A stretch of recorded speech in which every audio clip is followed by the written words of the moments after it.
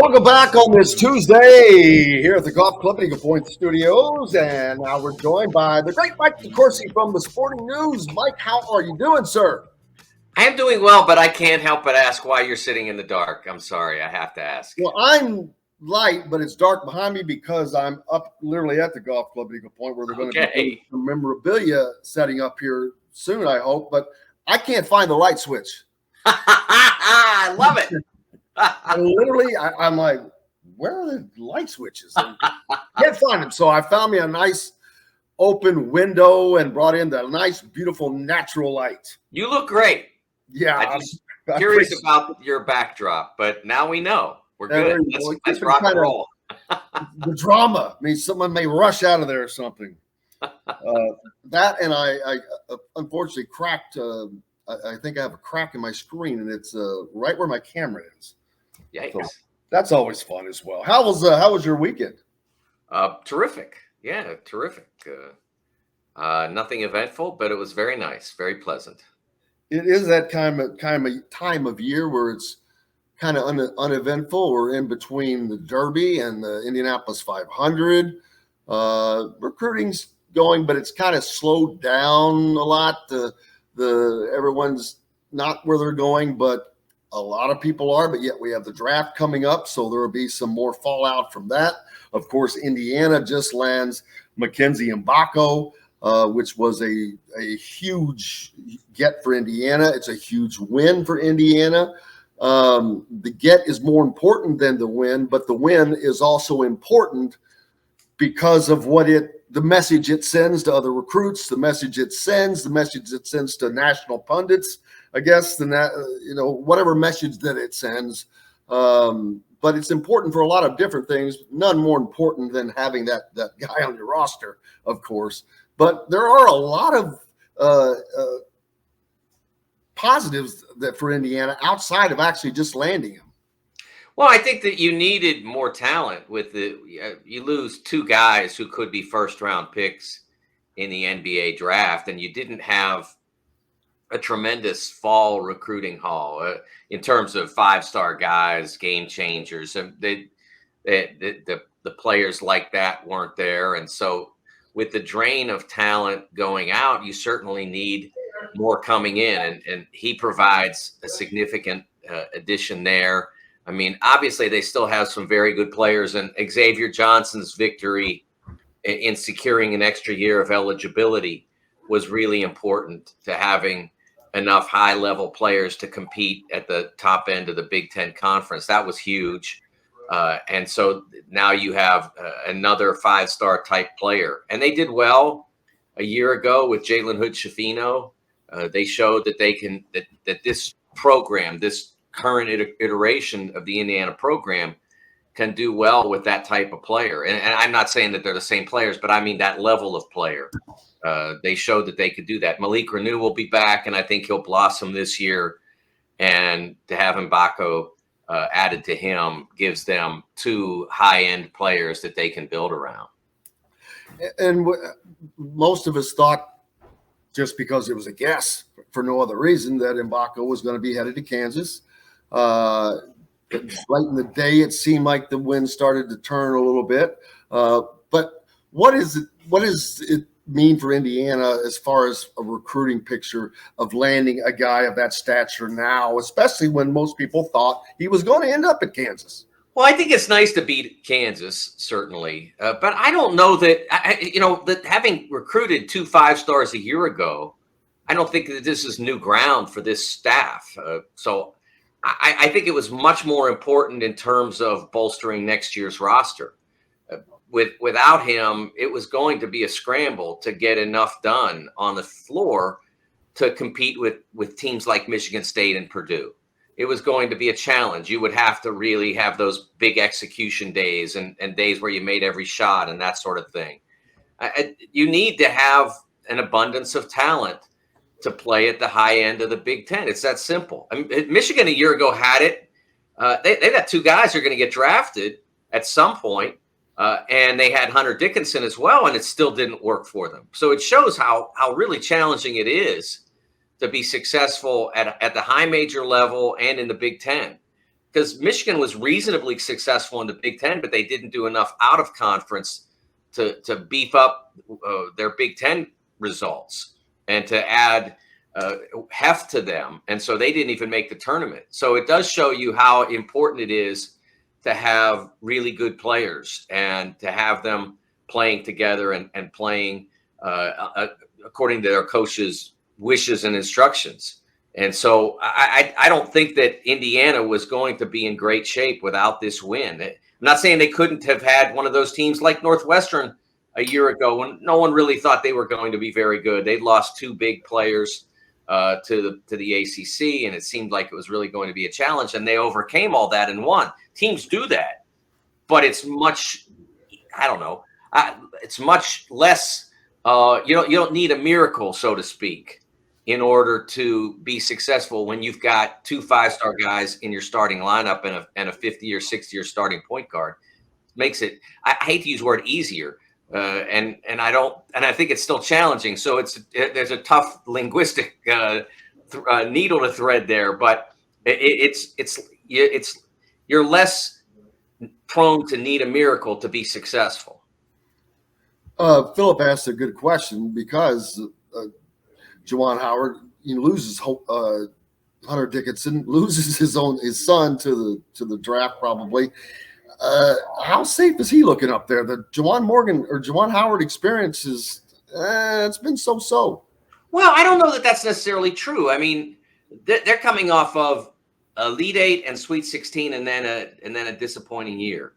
Is that what we're doing now? We're firing everybody that doesn't make the Final Four. I've said this before that we have to look at college athletics differently now. There's really no choice. The expansion of conferences has left it to the point where if you start firing coaches every time they don't have success, you're like the Premier League now because you're firing guys every 3 days. It just doesn't work. Oh. If that's how you approach it, you're going to be firing coaches all the time, and you're never going to be successful. You have to be willing to ride some lows through the highs. Now, like if you go through year, and you're still not going anywhere, and there's no upward pointing arrow, then I say, okay, all right, do what you have to do. But they had one rough year. Last year was a transitional year in which they struggled at times, but made the Sweet 16, had a pretty good result. This year, they weren't able to take advantage of Kobe Bufkin and Jet Howard for various reasons. Partly the fact that the guy who they intended to be their starting point guard was injured and basically never played. He was injured, I think, in preseason and never played. And so they had to go with a young guy, Doug McDaniel, who had moments, but not enough of them. And it took him a while to get to those moments, which was most of the non-conference, which is where most of Michigan's failure, if you want to call it that, existed. So I understand why people look at that season and call it a disappointment. It was, don't get me wrong, but it wasn't a disaster.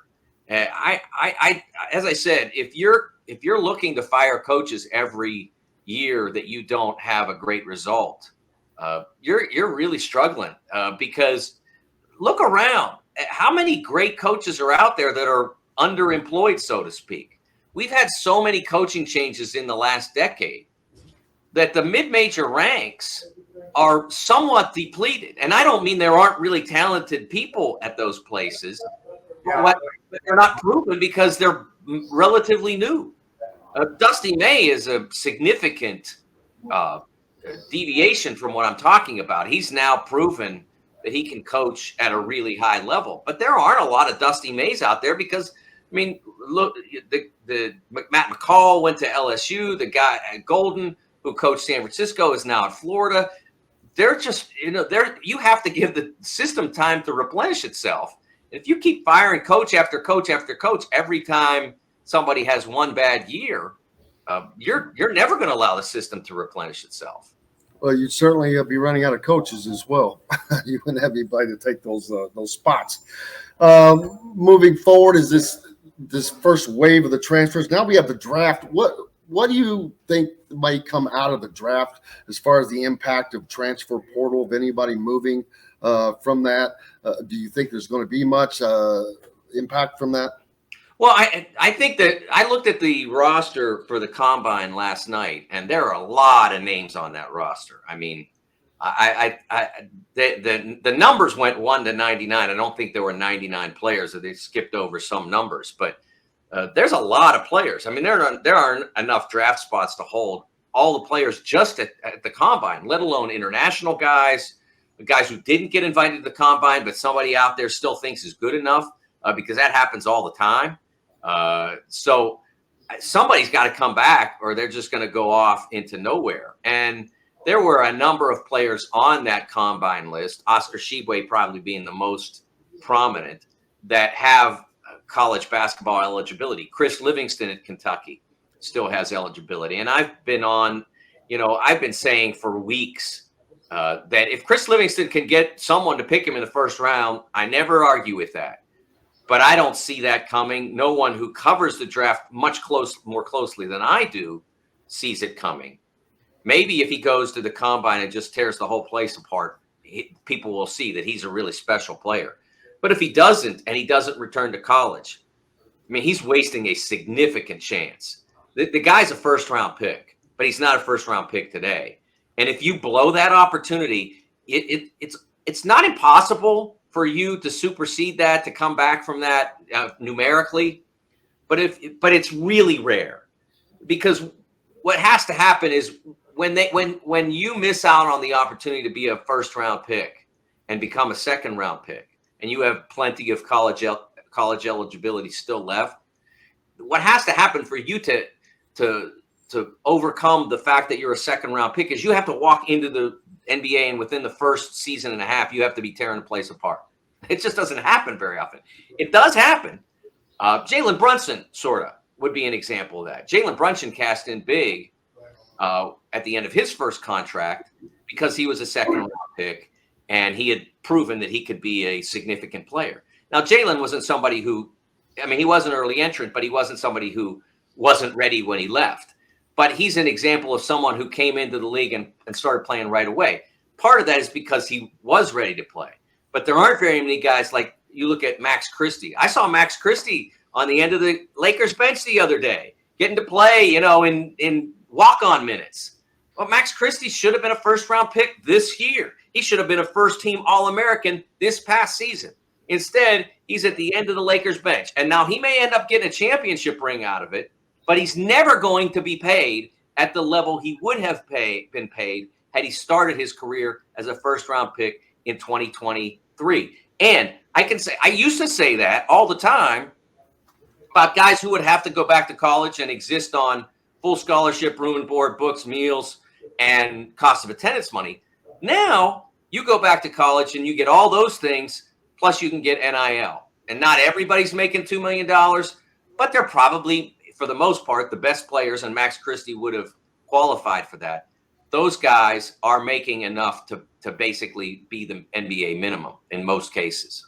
And then there are guys like Trace Jackson-Davis, who I think you expect to be drafted, but probably in the second round. He's someone who also has another year of eligibility, but has made it abundantly clear he's done with college. It's time. But what does somebody like that do? That, let's say he gets drafted late in the second round. I mean, financially, he would have been better to use the NIL route for another year, but for whatever reason, he's chosen to wisely do what he's going to do. Well, first of all, I still think that Trace could be a late first-round pick. It much depends on the attitude and approach of the teams that are stacked up at the end of the first round. Because Trace is going to be what he does in Chicago, right? Say that again? And what he does in Chicago.